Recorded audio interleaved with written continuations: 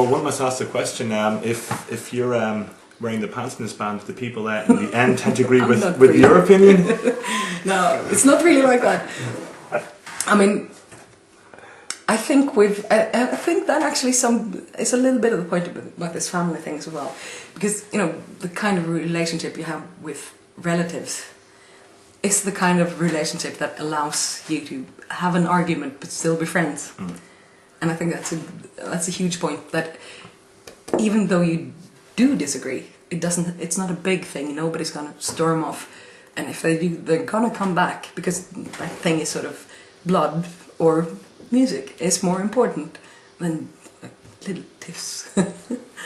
But generally we don't fight that much. We just I get impatient occasionally. I have a bit of a temper. Me and my brother are really, really stubborn, both of us, but so are the other three. So we have the occasional, everybody's sitting like this and go for an hour, but it works. It's still fun. So basically, you're a very stable family unit, musical family unit. Sort of. We're a very happy one, at least. Mm. So. You've had, as you said in the past, you've had some trouble with labels and this and that. Has there been any points where you've become so fed up with all the logistical side that you've felt like, saying it's just not worth it, or not at all? For my part, no, never.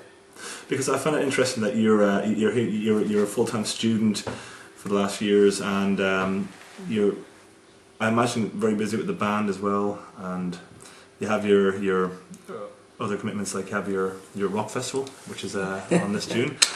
All those things. Does it ever get too much? Yeah, I got up at 4 this morning. For this interview, or for? No, not for this interview. No, occasionally, like this spring, has been insanely busy for me, and I know it's like that for the other guys as well. I mean, occasionally it's really difficult. Especially, I think this is the hardest point for any band, where you're not a tiny band, and you're certainly not a big band, but you're at this mid-level, where you're expected to deliver the goods, as well as the huge bands with the whole apparatus, the support thingy around them, bands that can make a living of it, that have assistants and managers and the whole thingy. But you're supposed to do that without that and earn a living on the side of it. How is that? You don't necessarily get that much sleep all the time, You were up at 4 o'clock today. Yeah, and I think that's why we end up recording this ourselves, because that's one solution of actually having a bigger recording budget. Means that my brother works his arse off for free, but it means that we can actually do things on that level where you're expected to be. So this album, if you had used the same amount of hours in the studio that you did for this, it wouldn't have been possible in an outside studio, no? That's a definite no. That's a definite no. Is it a method you'll use again? Or is your brother prepared to put himself through this again? I'm not quite sure. I hope he will be. I think we might end up doing not everything ourselves, because again, some things like drums, then you really need to.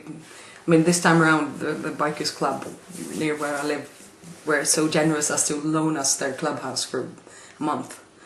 Okay. So that we had a proper room, because I mean, when you record drums, the actual room is quite important for the sound. So they were really, really nice to us and let us stay there for a month and record drums. But it's a bit, logistics again. Drums can be impractical to record yourself. Mm-hmm. So we might end up doing something like recording the drums in the studio, doing the rest ourselves. And then BP could do the rest again. For instance.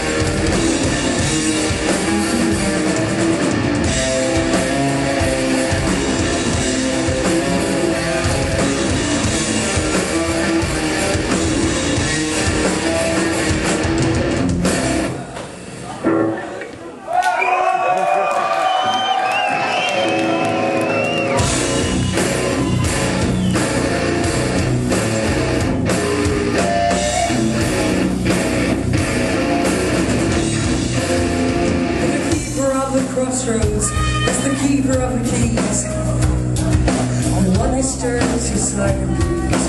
The one waits the fear. She stands before the light. She's the one who is the break.